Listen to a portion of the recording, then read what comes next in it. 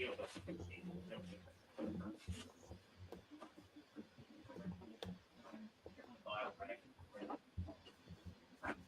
a big round of the hand. Give a big round. Give a big round. Give a big round. Give a big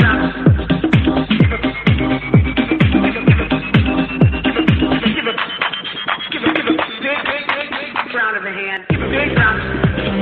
Give a big round. Big round. Give a big round. Give a big. We could have homes on separate coasts, go dive in Greece with squids. Could have been so bleeping rich, but instead we had kids. They won't smile for a photo, they won't eat the food we choose. That's why we're heading to the parents' lounge to drown ourselves in booze. Every day we're more exhausted, we haven't slept in years. They hit me in the nuts so bad, my eyes filled up with tears. And yes, we'd like to fake our death and go off of the grids, but the truth is we are softies and we truly love our kids. So join us every Tuesday night to laugh at all our pain. Evening in the parents' lounge is the cure to staying sane.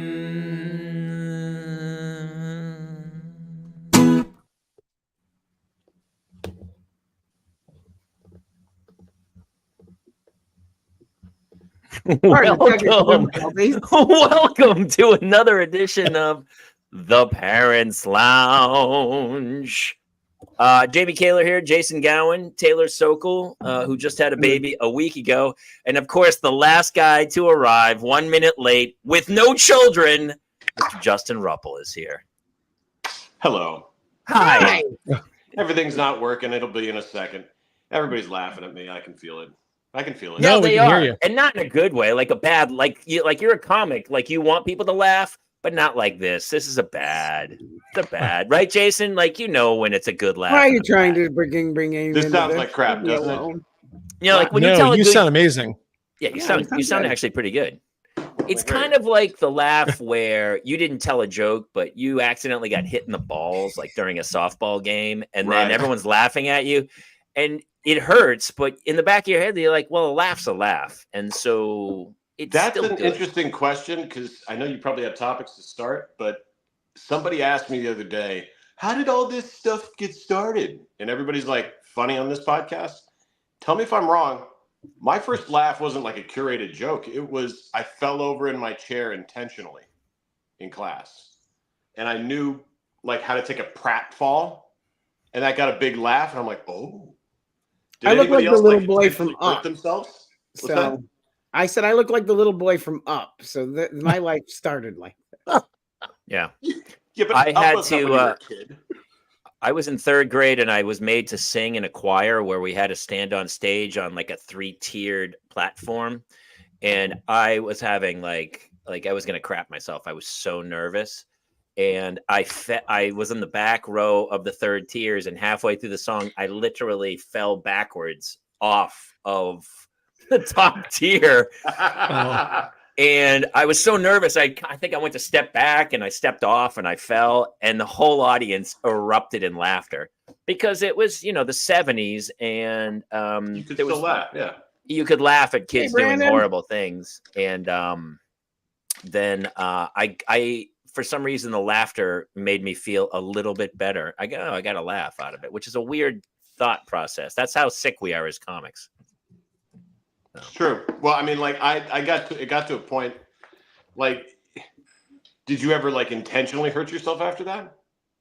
Dude, I used to do a bit in studio when I first started improv. I used to do this crazy bit where I would get hit by arrows, like boom, boom, boom, boom, and then I would hurl myself backwards onto my back on stage to the point where I'm pretty sure how I herniated my disc. I was going to say, is this where the back issues come from? Very, back in the day, Chevy Chase, pratfalls were a big thing, and then years later, you go straight into pain pills, and that's how we all got on Oxy. And of course, I mean that's how mine started, right? Yeah. Hey, listen, we have a fantastic guest tonight, gentlemen. And honestly, it's, as 4 dudes, I mean, we probably could use some smarts in the show this evening. Yeah. And we have a wonderful guest that we have advertised for the day, and she is fantastic. And she's one of our favorite comedians out there. She is awesome. Her Instagram is getting huge. She does crazy characters, and it's just really funny. Her new special, Mama Drama, is out, and she's been out promoting it, doing stand-up, and you can find her. She says to follow her on her Instagram. Let's bring her in, because honestly, this show will lack without her. Nicole Burch is here tonight. Hi, guys. Hi, Nicole. Yay! Thanks for having me. Nicole. You guys doing? Thank you for being here. Thanks for being here. Yeah. Thanks for being had. Buddy, your Instagram kills me. So I didn't realize you're a nurse. You do this crazy nurse character, and a lot of it is you have x-rays of humans who have put products in the wrong orifices, I guess. It goes back to the Richard Gere mythology of Gerbil Town. But that's based on a real, is it a family member or a friend of yours who's a nurse? Yeah, my cousin Rachel. That's who it's based on. She's been an OR nurse for 20 years. She was actually out here 2 weeks ago, so she got to do one of the videos. I saw. She's hilarious, and she's from Nashville with a way thicker accent than I put on. You cannot understand anything she says. And I think my first video was 4th of July last year, where I just talked. I wanted to give a warning because I was pre-med at one point, and I did an internship in the ER on 4th of July weekend. And the things I saw were just so insane that I was doing just kind of a funny bit. And I was like, oh, I'll call her Nurse Rachel because that's my cousin, So we started talking. She goes, oh, that's nothing. Have you heard about this and this? And so I started doing videos. And at one point I realized the thing that was hitting the most was like things in the urethra, things in your rectum, like this. Those were the things that people were mostly interested in. Funny, because I was in the Navy and I had a friend who was in the JAG Corps, and apparently there was some naval issues where guys in the Navy had done something, and we'll talk about some shenanigans that it's crazy what people will do with their body. I understand, storing some stuff in the back door. That I get it. Like I'm not a proponent for it. It's not something I'm looking for, but the urethra, I'm shocked. Who is like, you know what would be great if I stuck this up my urethra? Well, go ahead. There is Yes. Does the mic sound good? I fixed the microphone. Is this Fantastic. Yes. Okay, great. There's a type of fetish, if you will, called docking, and the other one, Nicole. Sounding. Yeah. What's it called? Sounding. It's horrible. Don't look it up. I'm gonna Google it. Don't Google it. It'll ruin your day. Oh no, we're back at Blue Waffle again. Oh no, it's worse. Is it It's worse because you have one of these, and this is like the Blue Waffle thing is like you can't even imagine a prolapse like that because it's not even something that like you can imagine. But like this is very specific. It's a very specific pain that men specifically are. I didn't realize how bad men lose the pain tolerance war until recently. So watching those videos is I can't even watch the video. Somebody has to explain docking and sounding because I have no idea what docking is. Say it's a nickname for sounding. It's okay. Let's ask Nicole. Could you explain it in the most gentle terms possible? Isn't it? From what I know, it's basically just putting things in and out your urethra and getting sexual pleasure from it. So, I can read the definition from Urban Dictionary: a very intimate and intense sexual act performed by 2 uncircumcised men. Guy one. That's docking. Okay. Docking, like you mean? Oh, it's like a spaceship. Like a space shuttle. Yeah. Docking, so it goes in and then forms a seal. Put them in the airlock. It's like when a jet refuels midair, and the hose comes down, and then they put the little on the A6 intruder. The nozzle goes in and refuels. Open the pod bay doors, Hal. I can't do that, Dave. and I now have Taylor. You only have to do the setup. You don't have to do the tag on that one. Come on. I baby. do have the definition for sounding, which is the act of inserting a metal rod into your urethra. Great. Here's how anti that I am. I had knee surgery when I was like 18. I tore my cartilage, and they won't let you leave the hospital until you pee. They go, because from after anesthesia, that's certainly not a slide whistle. That I think brings a new meaning to the rusty trombone. Anyway, I had knee surgery, and after they won't let you leave until you urinate, and so. And she goes, and the nurse even tells you, she goes, well, if you don't urinate, we're going to have to put a catheter in. I was like, oh, I'm going to urinate. And I stood on one leg for like an hour and ran water in the little bathroom. Just like, come on, buddy. Come on. I've never even had a catheter. Was there a two-way mirror in that? Yeah. Yeah, you can see it. It's on YouTube, right? Listen, buddy, there's a reason. There's a reason I'm wearing this shirt. Come on, buddy. That's a dad I'd like to felch. Oh, wait, is that a different? That's a different. Nicole, I wanted to ask you, you're on the road, or I just saw was it a Kansas City? You were in a Kansas City, or I saw I'm sorry. She's promoting her special, Mama Drama. I know. Yeah. So were you back in Kansas City, and there's something you said on television? You were like, yeah, I can't say that on TV. Yeah. And I was like, what was it? Oh, they asked what my favorite memory was of Topeka because I went to school there. And this is not a memory I'm proud of, but this is the that happened for sure. But this is not my proudest moment. It is my most, I guess would say embarrassing story, but I have no regrets. So there was a fraternity party and I had been dating a guy at this fraternity and there was like 70 people on the front lawn. And my sorority sister called me and said, hey, that guy that you've been seeing is here and he's hooking up with somebody else. And I was like, cool. Well, I've been drinking Boone's Farm all day. So I grabbed another bottle of Boone's Farm, walked all the way over there, which was like half a mile probably. And I decided I was going to pee on his Pathfinder. So the Pathfinder happened to be right in front of the party, unfortunately. So I climbed and I was like, rawr. I was just kind of an animal, it was me like 40 pounds ago. So it didn't take a lot of alcohol, and I was like, eh. And then I climbed on top of his hunter green Pathfinder and I like positioned myself where I leaned on the windshield and because I was in a skirt and I just started peeing. And this is, thank God, before cell phones took video and photo. Do you know what I mean? Yeah. Thank goodness. Yeah. And the funniest part about it is I had a full bladder. So I thought this is going to be hilarious. And at first everybody knew me. They were like, oh my God, what are you doing? You're insane.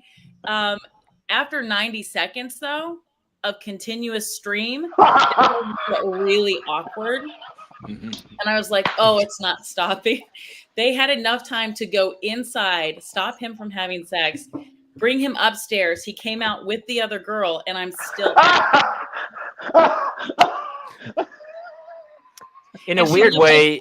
She looked just like me. It was very weird. You were kind of, well, listen, that's what guys, we like a little strange. We don't like totally strange. We like it just maybe 10 degrees off center. That's all. We still want to be in the same range, just a touch different. Nicole, if I may, please. All I was imagining was this you're in 90 seconds in 15 seconds like this. Yeah. That was great. I was like, and then I was like, oh, it's still going? Oh God. Oh no. Oh, it was like a Tim Conway bit. It just won't end. Where it's like it's just each second, and people are like, "Wait, could she go longer?" And you're like, "Yeah, she can go longer." Towards the end, like the girls were just like turning away because they're like, "I don't want to watch this." Like they're just like. But then the guys were like as if it was a League of Their Own with Tom Hanks. Yeah. Like they were, oh, now we're invested. Now we're taking time. Keep going. Put it. How much do you guys want to bet? Zip it, Doris. Yeah. That's awesome. You were kind of the Taylor Swift of your era, but instead of writing songs, you just urinated on cars. That's what it was. That's what it was. That's what I was known for. Yeah. That's what you were known for? The pee finder. Big P, a big peer. I don't think I've laughed that hard this year. That was. So did you and he go back out together again, or was that over with? Oh, probably. Oh no, probably. we were on and off for like 2 years. It was. I was gonna say there's definitely backslides involved because part of you as a guy is like, wow, she must really like me. Dude, look what she just did to my car. What's weird is after that he's like, I'll never see her again. I remember that, and I was like, yeah, you won't. And I'm like, you peed on his car. Like I would tell myself today, like that's insane. But some guys are into that. You know what I mean? Well, I mean, you basically marked him at that point. Like you've marked that turf. Yeah, mine. Mm-hmm. I will say that what we all like in our partners urinating on cars. The miseducation of Lauryn Hill's urine. Pissing in the wind. Nice. Instead of counting blue cars, it's pissing on blue cars. I love it. Hey, Nicole, since we are a parenting, we are a little bit of a parenting. Taylor has a 10-month-old baby. How's your wife feel about you being in another room doing a virtual show? You just jumped ahead, Jamie. 2 weeks tomorrow. Yeah, 2 weeks. You said 10 months. Oh, I meant 10 days. I meant 10 days. What year is it? I got news for you, dude. The first 2 years, you could just call it like point A. There's no difference. It's like keep them alive. That's it. And don't. They're like a Fabergé egg in a way. They're priceless. But they offer no value, really. There's no value to them whatsoever. Just nice to look at. Only you think they're special. You know, you're like, look. Yeah. Everybody's like, yeah, that's great. It's like your baseball card collection that you kept your whole life. And then you're like, this is going to be worth a lot of money when I get older. And then some guy's like, dude, Phil Roof, none of this is worth. You've saved this in like airproof containers for years. None of this is worth anything. Who is this? Kent Tekulve?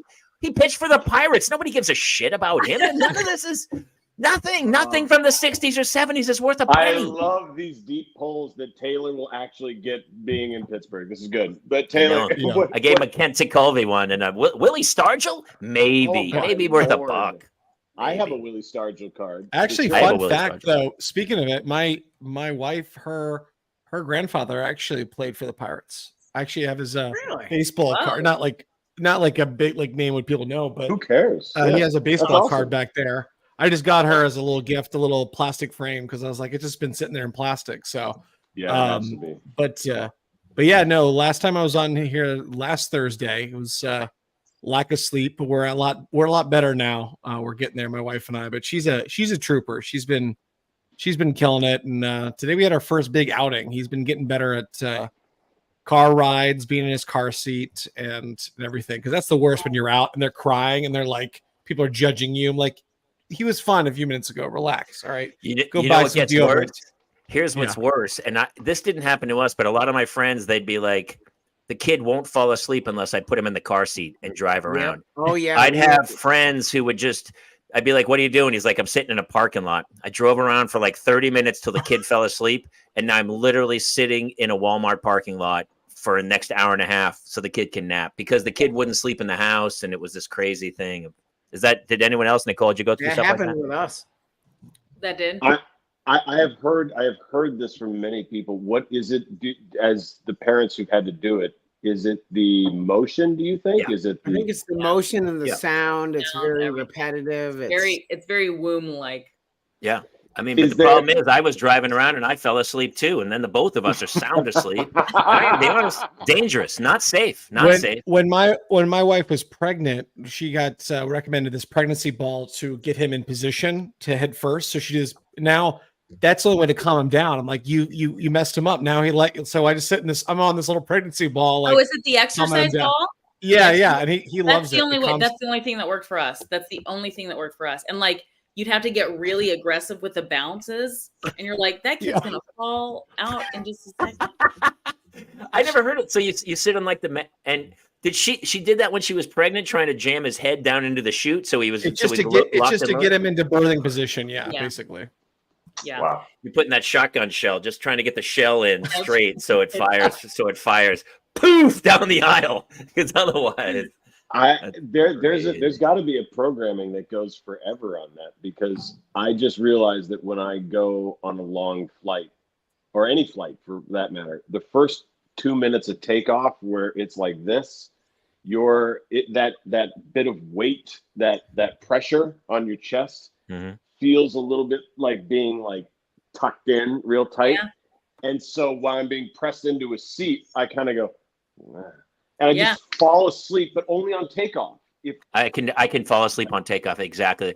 I will actually set my whole system up waiting for takeoff. Yep. And I'm locked and loaded. I got my mask. I have everything. And the second the plane leaves, my seat goes back, and I can meditate, and I can kind of go to a different place. Yeah. That's awesome. Yeah. Do you think it's that same trigger? Do you think absolutely? It's called swaddling. They do it with babies very specifically. It's called swaddling, where they wrap them, and it's to kind of basically a little baby straight jacket. I just laugh because I hope he doesn't have baby on a random plane, and off they go. Well, now smart people, smarter than me, you guys are all parents. Come up with a thing, because I've seen the little the baby bouncer, like the rocking chair thing, and that's clearly not working. It's got to be something more. If you come up with the baby thing that puts them to sleep, like the car, they have it. Yeah. They have everything, and the thing rotates. It's crazy. You can get everything, and it's also they have it where it monitors the heartbeat. So because people are so terrified the kid's just gonna die that they go. Well, and that's the monitor. That's the new thing is the bassinets, the snoo. It's called. It's like over $1,000. I'm like, we're not spending that. It basically vibrates and keeps them active, and that's the big thing you're talking about. And that was the one big thing I learned becoming a parent is with babies is you worry about like SIDS and them like not breathing, but I didn't realize that how much is preventable. It's just keeping that ambient noise and keeping them active around there. Like, so we play white noise. We have like little lights, this little like red light in the room to like help with induce melatonin. And it's kind of crazy to do that. My wife likes the TV on. So it's all that keeping that kind of background noise, and we don't keep them. We don't keep quiet like baby sleeping. She like vacuums around them. And I like the white noise thing. I like to sleep to white noise. Nicole, I feel like we are inundating children so much with stimulus to keep them, to keep them going. That recently, my one daughter was home, my other daughter went away, and the other daughter was so bored. She was like lost. She goes, I don't know what to do. She was lost because we had planned her days out since birth. Yeah. Like a play date, this, sleep, start again, play date, everything. And then all of a sudden it was one day I was like, just go do something. And she was like, I don't know what to do. Yeah. She was totally lost. I feel like we're doing too much and they're not learning how to be on their own. Yeah, I agree with that. Yeah, I think they're definitely overstimulated. And I also feel like it wasn't until we were doing road trips and like during COVID, we would drive to Kansas City. That's a 23-hour drive. We'd break it up in Albuquerque, But once she got old enough, I was like, oh, I've got to get her the little TV set, the little iPad and I did all that.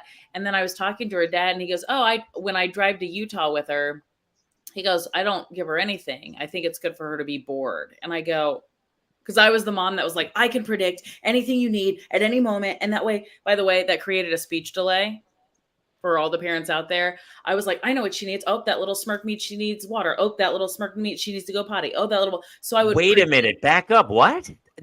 I was predicting everything she needed before she said it. And so she had a minor speech delay. And I was like, oh my gosh. It wasn't until the speech therapist said she says it's like 45 to 50% of speech delays at that age, if they're mild, if not a lisp or anything like that, but if it's just a mild speech delay, she goes, they're usually caused because of over anticipation by the parent. And I was like, I ruined my kid. And like, she got out of it really quickly, but I think more like trying to give them so much so fast. And so the last time we did the 23-hour ride, Everly got maybe like 2 hours. She watched one movie in that time period. And the rest of it was her staring out the window, singing along to music, but she got to be bored. And when they're bored, they're creative. The mind gets creative. That's when you start being creative. So you're stunting their creativity by giving them something every single I didn't realize it was that because we want to overcompensate. What I also do is when I'm driving and there's like, I'll just jack the brakes in the middle of the freeway and come to a screeching halt, or I'll reach back and I'll just smack them on a note. It's kind of like Inspector Clouseau had Cato. Cato's always there to keep him on guard, to bang. And he's like, oh, I'm in a fight. Nowhere. Right, and I think kids need that. They need to always be on edge to go like, wait, am I going to get smacked? Yeah, just sometimes out of nowhere, I'll just go bap and I'll smack her in the face. And it's, is it good parenting? I don't know. I don't know what good parenting is, but it's. Let me, I'm just going to be a lot of asking questions tonight because I don't have an answer, nor do I have any experience. So I just have questions here. I'm trying to think back to my childhood because I don't have parenting experience in this, but did you guys remember you being super creative when you were bored? Yes. Is that, yes. You do? Yeah. Really? I journaled a lot. Did you journal? At what age? Were you like 7 years old? Were you that kid? As soon as I could write, I had a diary. And I mean, really? You go back and you read and it's like, Mark didn't talk to me today, but I borrowed his crayon. So I guess there was nothing. Why are you writing? You have to read them. Have you ever read them on stage? I've gone through them. I've gone through them thinking it would be entertaining. So boring. Boring. Like I'd have to really comb through 10 out. What about your college ones? What about the one you journaled after you peed on that? I would love to read that one. Oh my God. Did I teach him a lesson today? The reason I'm asking now is because what's the old psychology, moniker? Don't use yourself as the base point. Don't use yourself as the measurement. Because I'm like, the only time when I was bored, quote unquote, I would go out. I remember being creative, but I also remember needing somebody to go, hey, focus that into some direction. Otherwise, if I would just be if someone said, hey, go play baseball, then their creativity would go into baseball. If it was like, go dance, then I would creativity. But it was too I needed. It's because you have ADHD and you couldn't focus on it. Yeah. Right. But I don't. Sure. But I'm like, I don't know how you guys predict which one of those are the 1 in 20 that are. Is like, is that so? Is boredom for non-ADHD people the only time you're creative? No. Is that but what we're saying like is it's too easy sometimes. Like even tonight, my kid, I dragged her to soccer practice. Sorry. I took her to a soccer practice to work out with this other team, and everyone's like, why are you doing that? I go, because otherwise we'll sit at home and she'll be on her iPad for 2 hours just to get her out of the house, just to go do something out of the house. But my kids have a tough time. Like we can't drive. If we had to drive an hour, holy cow, they'd be like, oh, we're not going to make it without the iPad. And sometimes you're like, just take the iPad because otherwise they torture us. Like they torment us. Yeah. We had to, just 3 nights ago, because our twins, the autism causes them to be overstimulated, particularly at bedtime. And they were waking up at 3 a.m. and they threw an air conditioner out a window. There were some I feel right. They're like little mini rock stars. Yeah. And Morgan Wallen. All of a sudden, Morgan Wallen showed up in Pennsylvania. What am I doing here? So we got these things called cubby beds, which are, limits the amount of stimulus they can get in, and it has all the soothing white noises and whatnot. And it has been a game changer over the 3 days where the boys fell asleep in like less than 10 minutes. They sleep the whole night. And so we'll, knock on wood that we have solved, we're going to lose a lot less appliances this way. Did you get one of those for yourself? So the bed is huge and we have twins. And so they can fit in one. So there is an extra one being delivered. Is it like the Sphere in Vegas where there's a canopy over you, right? Yes, that's almost exactly what it is. It's kind of a sphere, and it can play lights in the solar system. Yeah, and once a month, fish shows up. Ah, that would be awesome. Even your kid's like, dude, is this guy going to play a real song or is he just going to jam for a half hour? I'm so confused. I got it. You can play the guitar. Can you write a fucking song, dude? Man, it's just your aggression while he's just playing will not stand, man. Listen, dude, 3 minutes in and out. I used to talk about Springsteen. Was like, he's great. All of a sudden, it's a 4-hour show. And when you're single without kids, that's fantastic. But all of a sudden, you're like, hey, man, I'm paying a babysitter by the hour, 90 minutes, wrap it up. Let's do the great. Nobody's having sex after a 4-hour show. Now you're not the boss. You're just a dick at this point. Selfish. Yeah.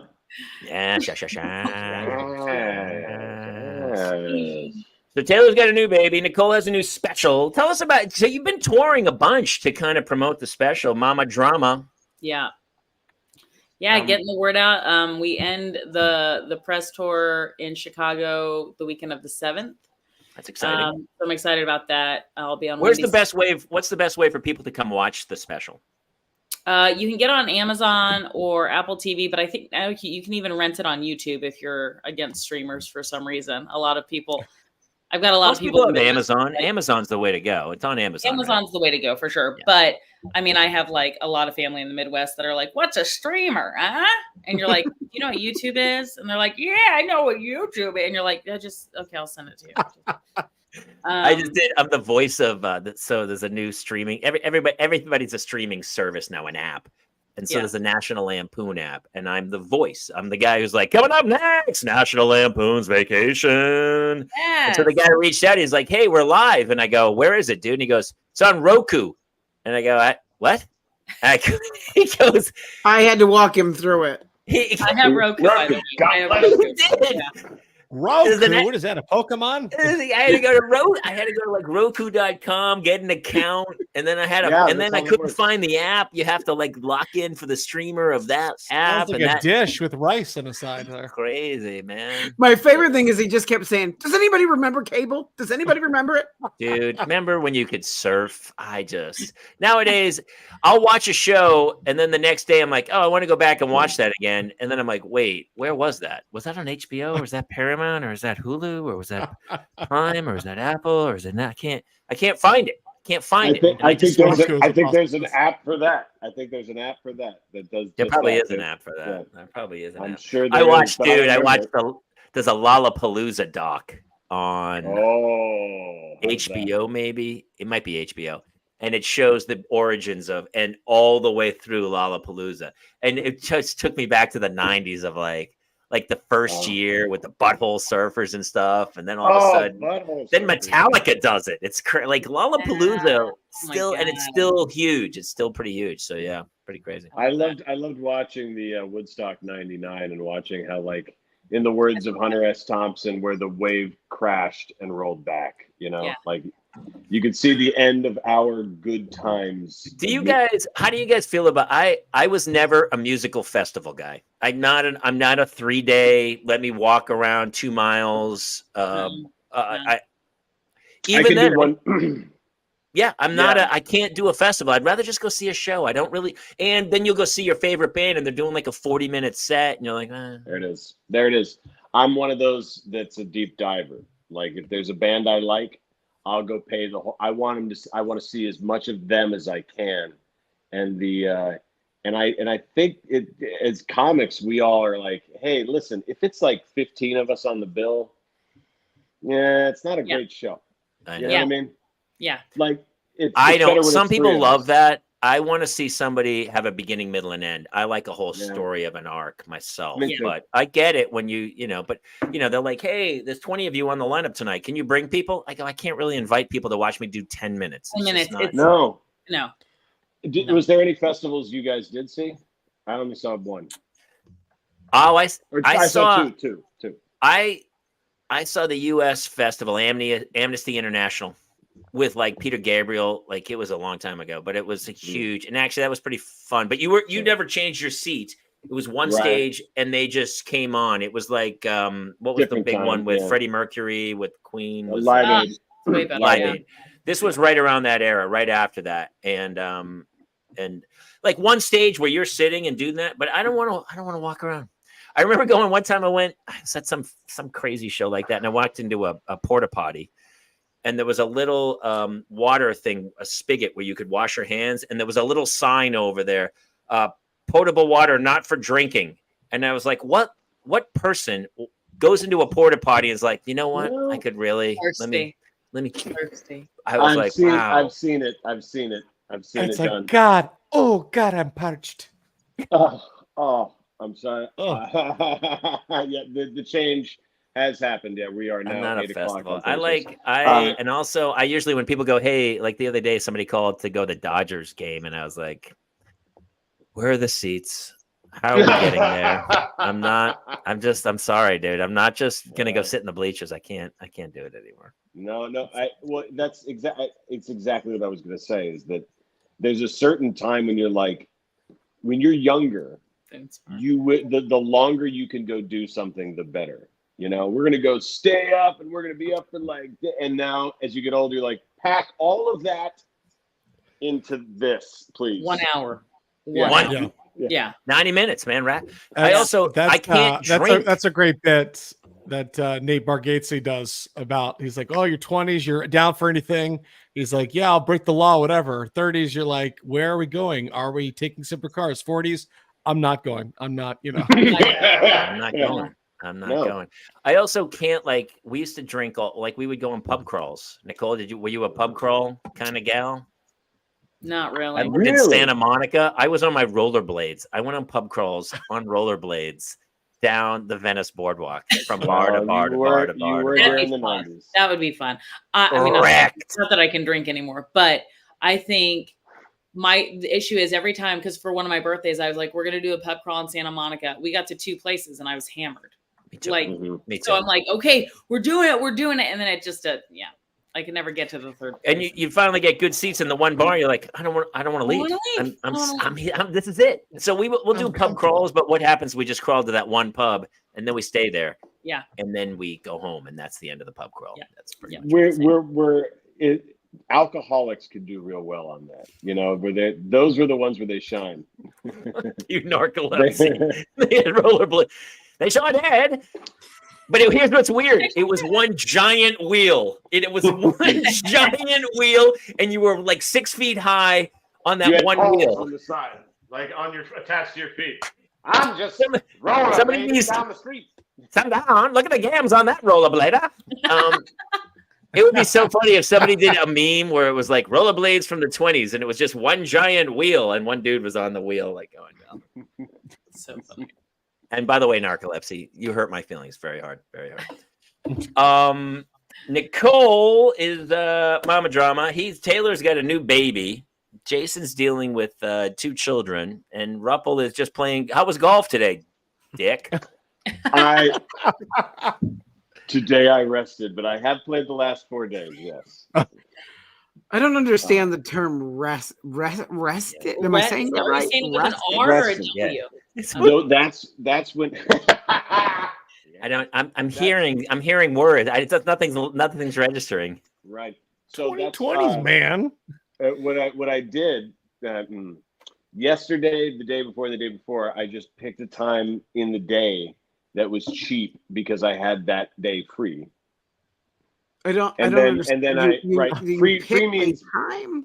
Free means there was nobody needing me to be anywhere.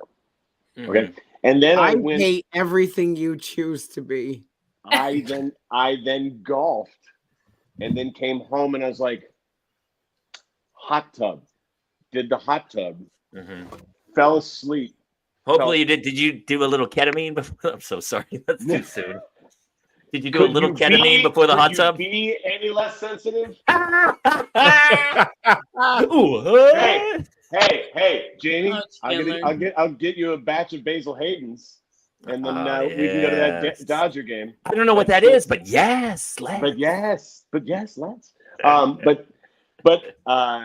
I did see all of my friends who had a party for their 6-year-old. And all of my friends have kids except me. I'm the one who doesn't have kids.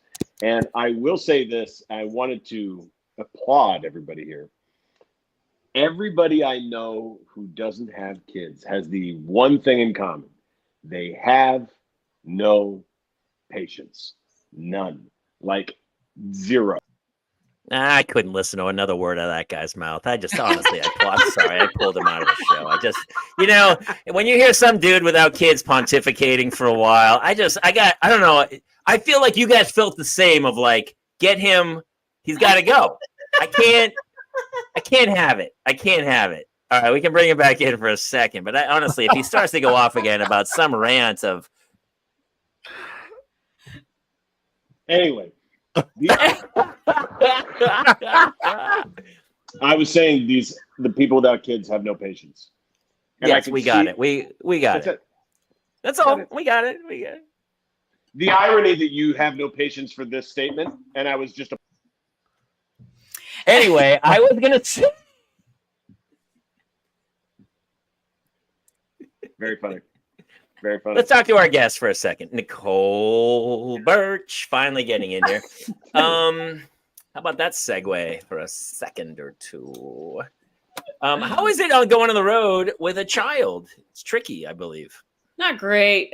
Like if you're doing like 40 weeks before, I'm doing like 15 now. So the press stuff has been a lot of fun. And so I'll try to do a show, whichever city I'm in to do when I do promo. But yeah, we just do every other weekend. So she's with her dad on the off weekends, which is great. But is he cool? He's cool. It's not easy.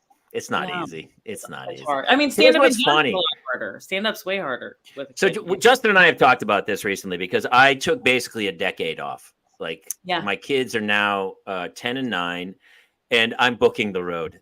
Actually, thankfully for Justin, who was like, "Come on, we're going to the road." So an old gig I used to do all the time in Reno. We're going back for Father's Day, and I'm so looking forward to it. But a couple years ago, I would go on the road and I would feel horrible guilt and pain.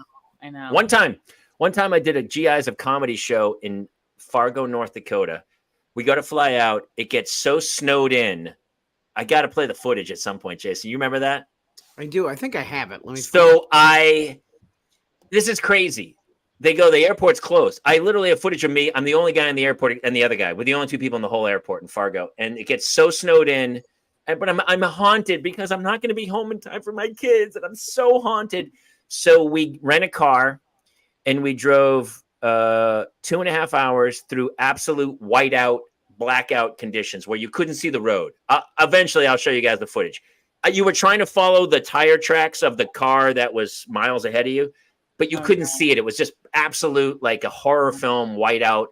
I'm white knuckle ride for 2.5 hours, and you can hear me talking, and the guy's next to me. Also, I could get home 6 hours earlier because I had such pain. Instead of just waiting in Fargo and waiting, they said, your flight will leave tomorrow, but this one's not going to leave. And I was like, I'm getting out. And so I literally risked my life. It was the most dangerous drive I've ever done. And I got home like 6 hours earlier. And I walked into the house. I was like, Daddy's home. And the kids were like, yeah, we don't. They were watching cartoons. They couldn't have given a shit. They were like, we don't give up. And finally, I've conquered that feeling. And now I cannot wait to go back on the road. You're going to have so much fun. I am so, and by fun, you mean sleeping alone in a hotel room? Yeah. Yes, it's going to be fantastic. Great. He'll be asleep at 8. Oh, the show's at 8. I go, no, you got to bump the show up to 6. I'm going to be sound asleep by 8. I got to be down. Like I'll be literally on stage going, that's it. And they go, you didn't even do the time. I go, I don't care. I'm tired, man. I got to go. We were just send them shots. They send them more milk. And taking the kids with you, like we had, which I haven't had to do, or like we did it when I was in Kansas City and I did the improv there when I was promoting there. But I had family, like she had a full schedule with my mom. But we did Dallas a couple weeks ago, where my fiance is from, and so we stayed with his family, and it was Mother's Day weekend because I was doing the big mom show or whatever. But I was like, yeah, no, comedians can stay up till 4:00 in the morning. They go to bed around 6. They wake up at 2:00. They might walk around the city for 5 minutes, get something to eat, and then they're ready for the show. But when you're like booked with all the family stuff, I was so exhausted by like I think the third day. Because when you go on the road, everyone who's there doesn't think you're working. They're like, oh, Nicole's in town. She's partying up. And you're like, no, this is a job, dude. I'm doing numerous shows. And they're like, no, we're going to go hang for a brunch. And I go, I'm not going to brunch. What are you, crazy? Yeah. That's the same thing. Oh, sorry. Go ahead. Go ahead. No, it's just a similar Jessica and Gray. Like working on cruise ships, I did for 6 years. People are like, oh, that's a vacation. And I had 2 months off. And like, oh, you're on vacation. Like, nope, it's full-time thing. Yeah. It's a lot of work. I get, yeah, people don't get it. It was finally like on day 3, because his mom was watching Everly every night. She was like, you got to be really tired, because I also have to wake up at 6:30 with a kid. So you're like, this is it, because she doesn't want anybody else but me. So which is great, but also, is it great? You know? No, it's not great. It's horrible.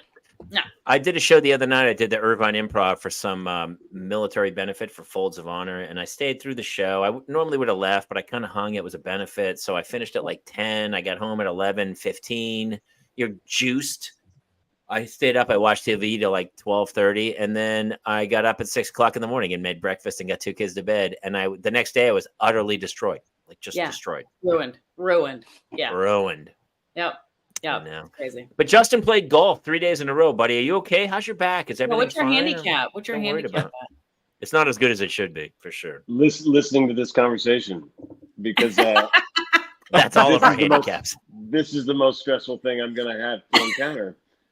He's about to dump me on anything I say, so I don't even want to. No, I won't dump you. I won't dump you again. I promise. As he says that, I swear to you, I will not dump you. No, I will. I won't. I can attest to the touring part, but if you're trying to do that with kids, I don't even know what that's. Every time, the only people I get mad at on flights are the people who are mean to parents. The headphones I have on are noise canceling. Do you know how well they work? So perfect, I can't hear the children crying. If you don't have these and you're an adult without kids, then this is your fault at this point. Yeah, you got to get the Bose canceling sound. You know, I never hate the parents. Nicole, let me ask you, because this is on the planes. Kids, I get it. They're going to cry. Even when I was single and didn't have kids, I go, the kids are crying. That doesn't bother me. But what does bother me is the parent desperately trying to quiet the kid over and like almost being noisier than the kid of like, okay, it's going to be okay. You've got to calm down. The itsy bitsy spider. We're calming down, everybody. Hey, listen, I hear you, sir. I know you're crying, but we're all going to try not to cry. If you could just not. Itsy bitsy, frere Jacques, and you're like, I am gonna kill you. The kid's fine. It's fine. Care less. You're killing me. Yeah. No. Yeah. That's the parents. There's so much concern about what other people are doing, and as the only one without the kids, I'm always going, look, I'm gonna grant everybody as much grace as I possibly can on everything. Like to Jamie on the golf course, when someone hits a bad shot, the first thing I say is, oh, here's another chance to hit a good one, because dude, it's already hard enough. What is the kicking with the down, that's like my mark of people who were raised with shitty parents, is that when somebody has a stressful moment, their opportunity is to continue to kick them or shame them. And I'm like, what are you doing? Like that. Can I tell you a parenting story, and you guys can dictate whether this was absolutely horrific parenting or the greatest parenting of all time. It's really, I know it's so it's either which side of whiplash. Okay, here we go. It happened last night, and I put the kids to bed, and they were not going down. And so Hannah kept getting out of bed. She kept getting out of bed. I kept saying, you have to stay in bed. You can read, do whatever you want. Stay in your bed. So she got up once or twice. I said, listen, I want you to stay in your bed. And so I put her in bed, and then I went out of her room. I walked down the hall. There's a door. I opened the door like I was going through it, and I closed it.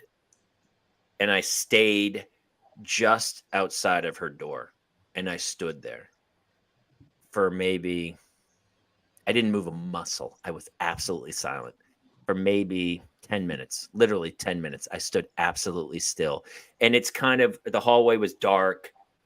I look like a shadow in the hallway. and I'm waiting. I just waited 10 minutes. 10 minutes it took, and I didn't move. And my stomach gurgled a little bit, and I was like, oh, fuck, is this going to tip it? And it didn't. And she didn't hear it. But all of a sudden, I hear the little feet hit the ground 10 minutes later.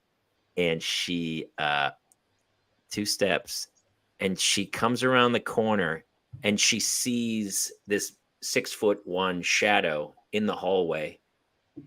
She almost shit herself. She was like, she went, and you know, like when you like, here's Jamie. There was no fake scare whatsoever. She, within like a couple seconds, realized it was me, and she was okay. She cried for 90 minutes. I couldn't stop her crying. She was so scared. She was in, and she wouldn't get out of her bed. Later, I put her in the bed, and then I said, and I felt terrible. I was upstairs and I was watching TV, and then I would come down and I go, hey, you go. And this was like maybe 30 minutes later, and she was in her bed, tears streaming down her face, like sobbing. And all of a sudden I'm like, oh, I'm the worst. I'm the worst. And I was like, why don't you, hey, listen, I know you got scared. I did, to be fair, I told you not to get out of your bed. I told you, we talked about this. I said, don't get out of your bed. And you get out of your bed and you got scared. And she goes, I go, but it was me. So I go, why are you still scared? She goes, what if it wasn't you? And I go, well, no, the house is alarmed. No. I go, the house isn't. I go, but to be fair, don't get out of your bed. That's a rule. I said, don't get out of your bed. And so she was so scared that I felt terrible, to the point where I was like, you should read a book. And she goes, I can't get up. She wouldn't get out of her bed. She like wouldn't get up. Like all of a sudden, this 35-year-old woman's been in bed for 20 fucking years, and people are like, what happened? She goes, my father, he scared me. No. That's what happened to Grandpa Joe in Willy Wonka. I felt so bad. I was Nicole, like, wow. Nicole, you weigh in first, please. I need because I have a strong opinion. Nicole, please. It worked, Does the end justify the means? I guess it does. Like, we're gonna have to pay for their therapy anyway. We just don't know what it's gonna be about. Sure. I have an idea. Everything you said up to that's exactly what I would have done. I just hid. I stood there like this. Absolutely done that. And as soon as she came around the corner, I literally had a face. I was like, because I thought it was going to be funny. It was the scariest thing that's ever happened in her life. She goes, and she told me today, she goes, I wrote a story in class, a horror film about the scary hairy man who's oh, she called me the scary hairy man who's in the dark corner.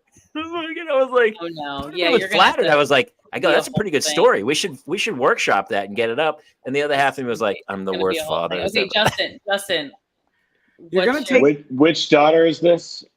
It's Hannah. Let me tell you, I'm gonna look right into the camera when I say this. I'm gonna remove you in 2 seconds. No. She cried the same reason I cried in that same moment when my dad did that to me. I got caught. And you caught her in the act.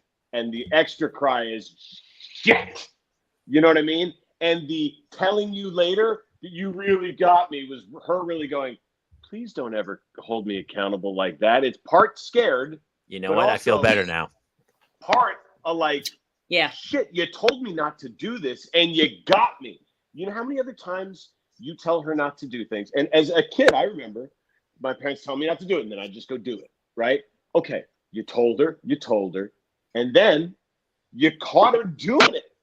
I did. Stay in bed. Yeah. You caught her doing it. So the cry was 2 things. It was, yes, scary, definitely. But it was also, oh my God, he is omnipotent. He had the discipline to stay there. How much else does he know? That's right. So here's the deal. Like cracked on her skull. That's what I think. I was, yeah. I only felt bad because I was like, she was very scared, like super scared. But I did catch her. And here's the thing: I honestly, Nicole, let me ask you: should children be a little afraid of their parents? Yes, absolutely, right? A little. Hey, even Walt Disney said that kids should be scared a little bit. So Yeah, there is And like he loved Nazis, so There you go. still is it Case still in too point. soon? Is it still too soon on Disney too? I'm sorry, I don't want to speak out of turn. it's like it's so funny. Like I've never like hit my kid. I've never like thinking of a belt or something like that's like what? That's so like 2 generations ago, right? Or get a switch off the tree. Like what are we? No. But when I stand up, if like we're at a table or she's acting up, if I just stand up and give her a look, it stops.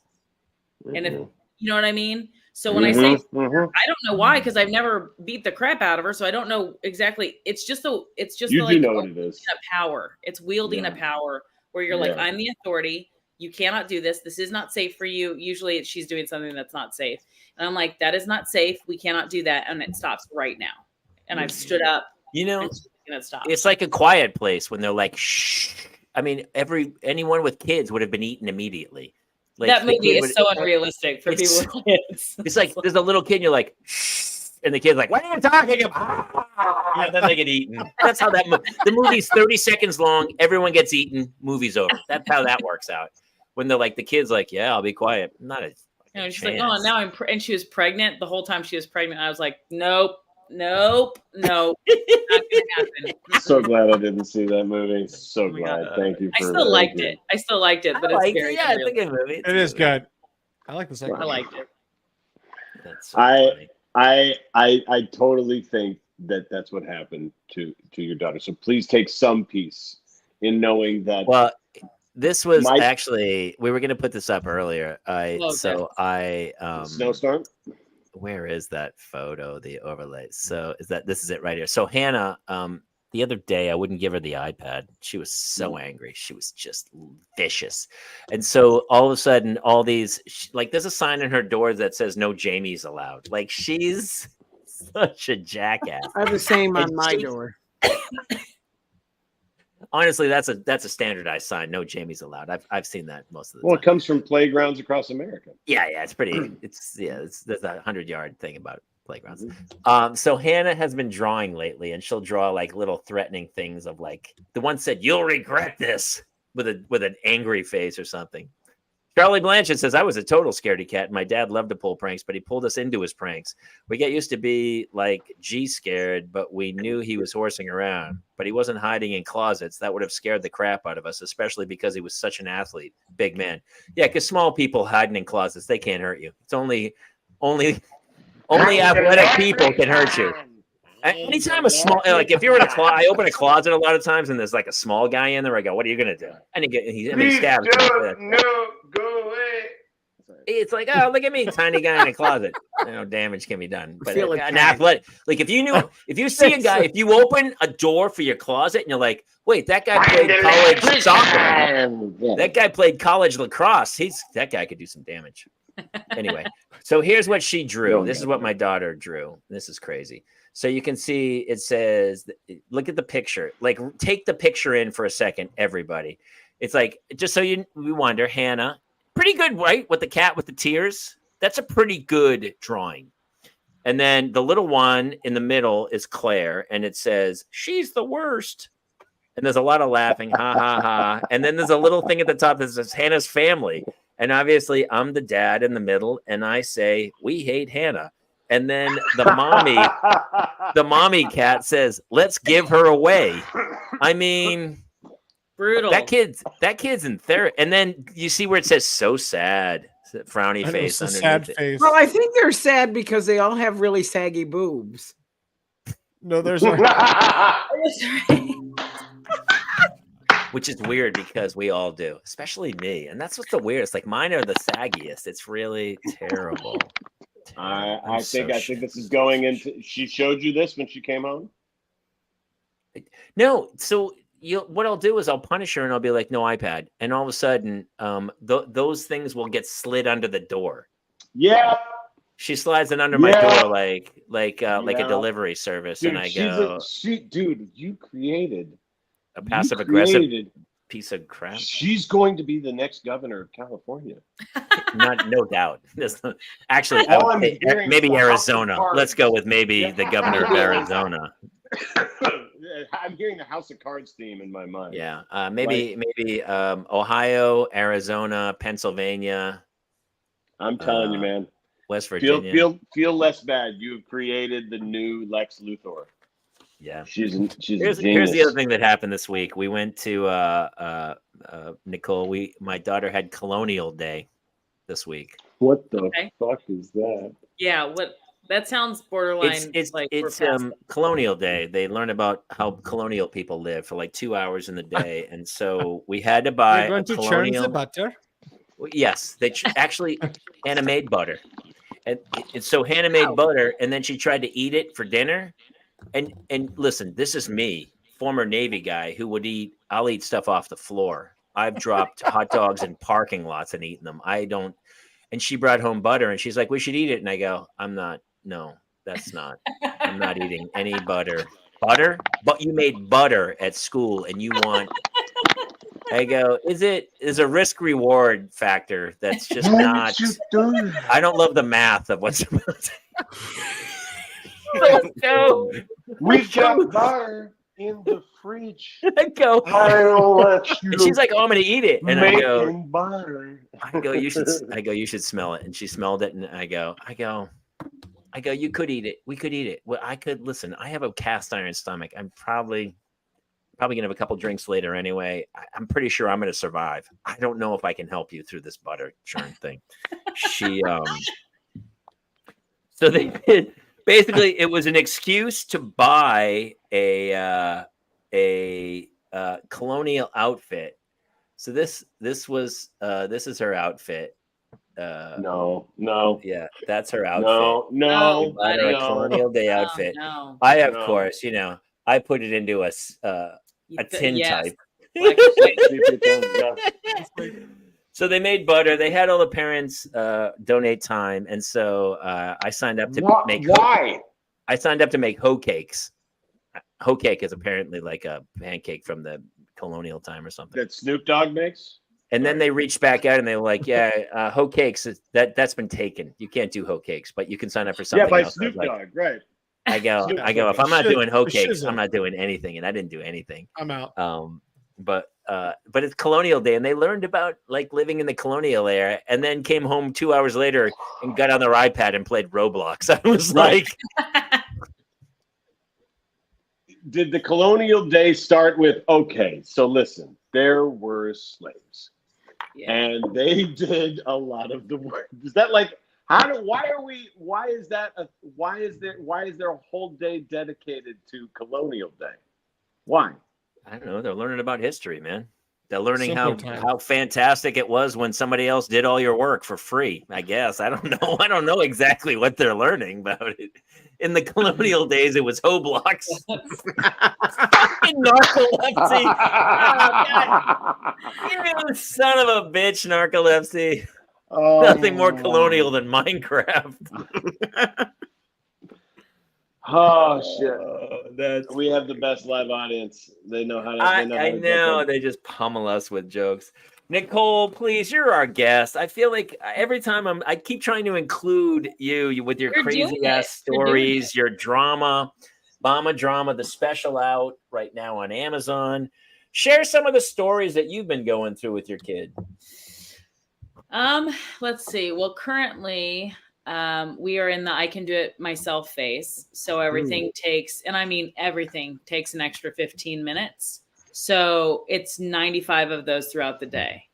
So just watching her put on a long sleeve shirt will send you into a spiral, my friend. Whenever we used to impersonate Hannah, we would say, I do all day. I do anything. She was like, I do. We would be like, all right, you do. And whatever would take the next 90 minutes for her to do anything. We're like, oh, whatever, dude, you're killing me. We did finally get her to stay in her room until 7 a.m. So she's not allowed to leave her room until it says 7 o'clock, till the alarm goes off. And then we made a big thing about it where because like sometimes she'd wake like 5:45 someday. I'm like, well, now I'm behind the 8 ball the whole day. I can't do it. But if she stays till 7, I'm up, ready to go, energized at 6:45. So that 15 minutes is like magic. And she's so excited because she's like, the alarm went off. I got to be there when the alarm went off. And I'm like, yeah, that's amazing. And it's just basically mind control. You know, I'm just literally like, yeah, you did it. It's, you know, but I put it together. I bought you the alarm. How old is she now? Four and a half. You're right in that. Oh, that's such a hard age. It's a lot better. You can tell it's like she's getting out of those tantrums and getting like, I'd say 2.5 was the worst. I always say 3's the worst, Jason. Like they call it the terrible 2s, but it's only because it's phonetically alliteration. But I think it's terrible. Teenagers are way worse. I thought 3 was absolutely the worst for all of my kids, for sure. 3 was the worst. Yeah. 2.5 to 3.5 was our rough patch. So like the last year has actually been pretty good. So kindergarten's coming soon, 5.5. So 6? she's a September 6th baby, so she doesn't make the deadline. So she has to do TK for a year. Okay. Yeah. Still out of the house for a bit. Still out of the house. Which I'm also like, okay, so I get an extra year with you. You know what I mean? In the grand scheme of things. So yeah. Spoken like a true mom.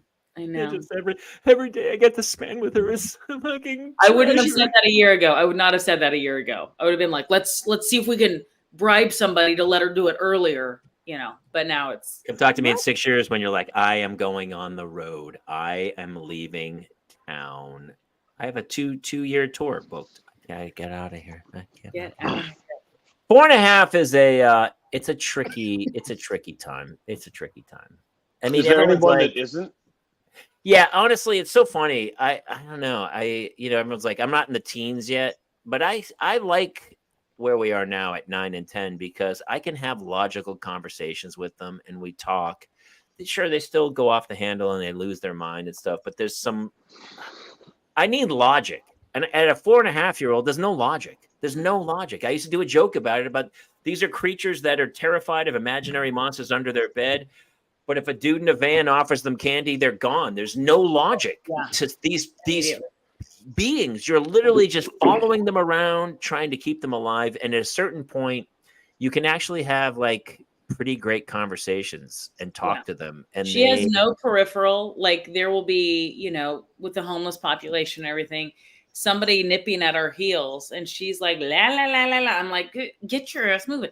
Yeah. But then there was another time the other day where there was a serious tweaker and he like kind of popped out and he was dancing and talking to himself, but it was very aggressive.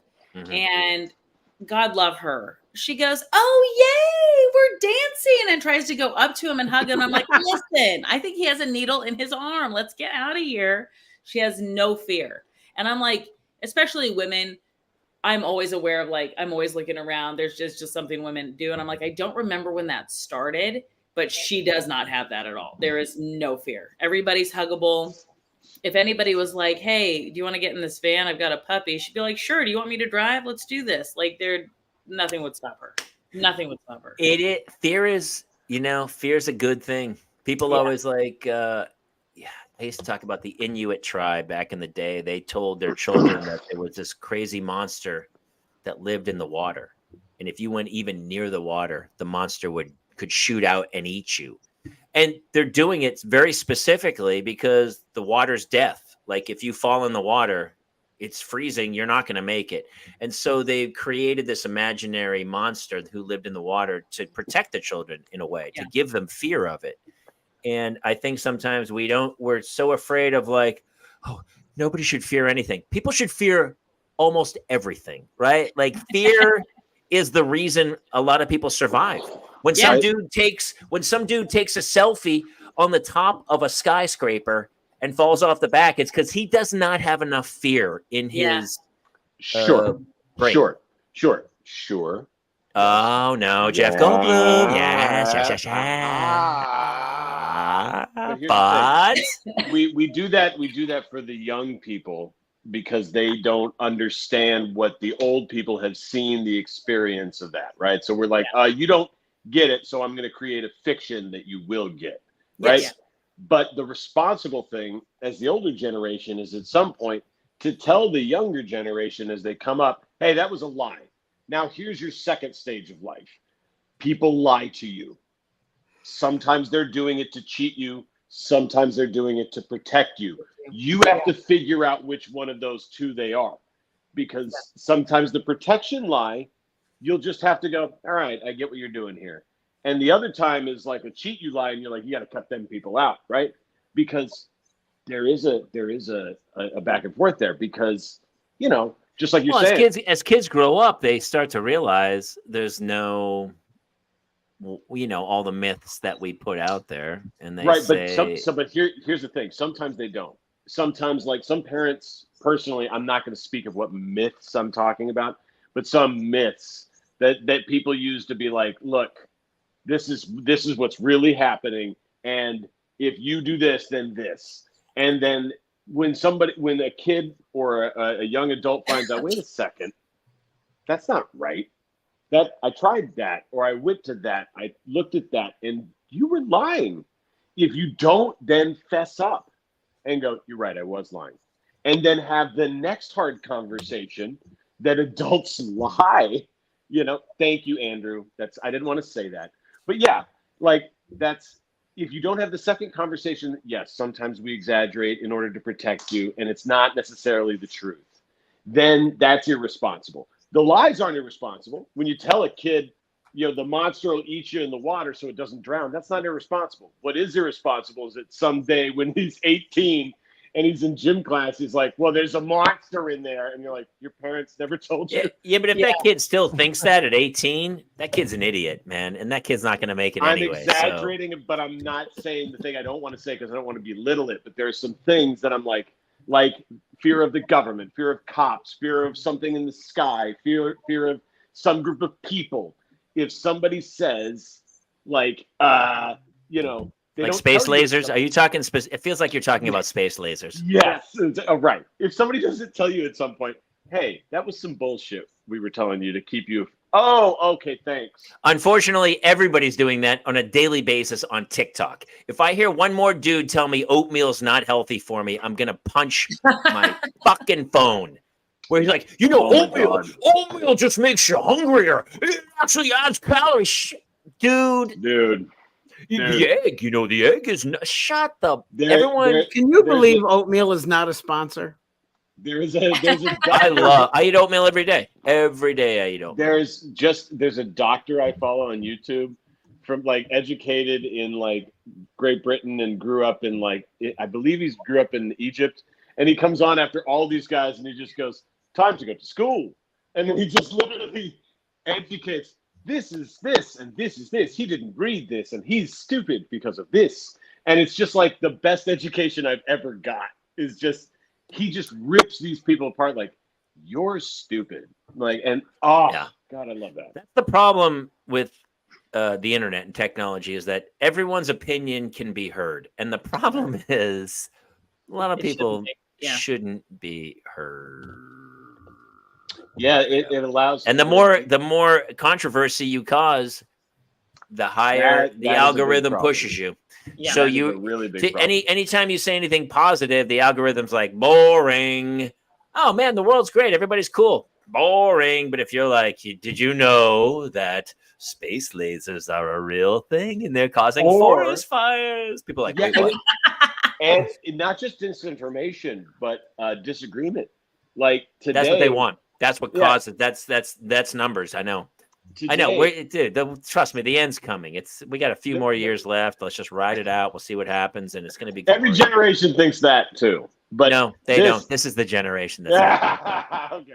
So, but what I was going to say was, I just put out a post today. I never get angry about real things, just silly things like sports or crap like that. But I took a definitive stance, which I usually don't do, and that got results because it's just people going, you're wrong and stupid in the comments. That's what and I have a problem with that. I can't do that. That's why I love Nicole's Instagram, because that Instagram is just pure funny of Nicole. The amount of people, trust me, there's a lot of a-holes that follow me or that watch my stuff. Who sit there. I was going to say, I just followed you. Maybe I'll unfollow now. I know. There's a lot of people think the nurse stuff. There's so many people that are like, isn't this a HIPAA violation? I'm like, no, it's not. It's not a HIPAA violation. I've said no names. So there's like that, but that does help the algorithm because one person will say it's a HIPAA violation and then 800 will explain why it's not a HIPAA violation. Mm-hmm. But then there's like, I have this stalker, and they will create an account, say almost the same kind of stuff over and over and over, and we'll post, like, I'll go to my notifications, and they will have posted on 20 different videos in a day. And it gets a little bit spiteful. And as soon as they mention Everly, I block them. And so she, I don't know, got away with it for a bit and then had to make a new account. And he's now, I just blocked him again. And I'll even say this will be like, hey, good to see that you're back. I hope that mental health care is working out for you. Glad to have you back. And then it turns south pretty fast. So a lot of times when that happens to me, what I do is I give out my address and my phone number, and then I say, why don't you come by and we'll talk this out and try to work it out. Like people, and that's gone over pretty well. It's like Tony Stark over here. Sarcasm. Honestly, it's weird because it's the same way. Like I will run around the neighborhood, and there's areas where I'm like, yeah, I'm not crossing that bridge. I'm not going across that. And then my wife's out running, and I'm like, it's 100 times worse for her. For any woman, like, we've talked about this before. Being on the road as a woman or being out it's a different. To go for a run on a trail. My wife wanted to take Hannah for a hike, and she's like, "What's a trail where I'm not going to be like in the middle of nowhere, terrified?" Yeah. And that sucks that we have to feel that way. I'm in WeHo right now, and we've just had to implement, because I used to, when she was in bed, get a good walk, listen to a podcast, go on a walk, and kind of like, that was like how I would ground myself or whatever, juju thing you want to say. And now it's like, oh, it's just getting too dangerous to do it, which sucks. But, so now I just stay home and drink. That's what I do. Honestly, a better way to spend the night. I mean, and here's how I know the show's almost over. I drink something. My Negroni. My Negroni is a Negatoni at this point. It's gone. We had a ton of stories I was going to talk about, and this happens every show. I have all this list. I have a running list here in front of me all these things I wanted to talk about, but unfortunately we just go tangential, and I would do this for hours, but it's literally, at some point I have to go put children to bed. Is that about right? Yeah, and I've got a tea time in the morning. This guy. Just pull him out. It's that simple. I miss him so much. When he's gone, I miss him, and when he's here, I hate him. What's that called? Is that you weren't scared? I think it's called marriage. Ladies and gentlemen, that's how we go. Ladies and gentlemen, the sniper, Mr. Gowan, stops in at the end if I can punch everything home. All right, listen. We got to wrap this thing. Mama Drama on Amazon. And also, we're going to do we have a show coming. We were going to do actually a show this weekend, but we had to move it to July. We're going to do a little parents lounge. So maybe Ruppel will come in for that. And Brian McDonald's, we're going to do the Flappers. And then I'm in Reno with Ruppel for Father's Day. Jason's got a weekly show where he is right now, starting to travel. Taylor has a 10-day-old child, so you won't see him for the next 5 years, I believe it's called. Is it called 5 years? Yeah, it's called 5. Is that 5 years? And he'll see his shadow. Yeah. He won't see we actually, your baby popped his head up. We didn't see a shadow. So it's going to be 7 more years of horrible luck for you. Yeah. Well, anybody want to promote anything or tell anybody what they want to do? Taylor and I have our new podcast coming out in a week or so, I believe it. Very, very soon. Yeah, it'll be launched by June. So we've got just putting it all together. So check out. If you enjoy listening to the two of us banter, that'll be coming up soon. Mm-hmm. And you can listen to podcast as well. Yeah. Oh yeah. Yes, and Nicole, what's the podcast? Oh, it's called The Funny Thing Is, and it's where normally people come on, they share a traumatic life event, the medicine they took to get better, and the funniest lesson they learned along the way. This season, we're focusing a little bit more on getting the people that give the medicine to come in. So we've got some experts like on energy healing and ayahuasca and psilocybin and all that stuff. So I could easily do that. Tragic event. I had children. The medicine was alcohol. And what was the third thing? How did it fix me? The funniest lesson that you learned along the way. I didn't learn one thing I learned don't have kids. I mean, so I had kids, I drank alcohol, and I learned probably if I could build a time machine and not have those kids, that would be I feel that's how the podcast works. That's accurate. That works. I'll have you on. That works. Shortest podcast of all time. It'll be 30 seconds of me and Jason. You can't do anything in 30 seconds, Jamie. Jesus Christ. I can do, please. I can do many things in 30 seconds. Ask his wife. Maybe that's true. Ask her. She's like, yeah, top 30 seconds. Dr. Gowan, anything from the front you want to say before we wrap this? No, I'm fine.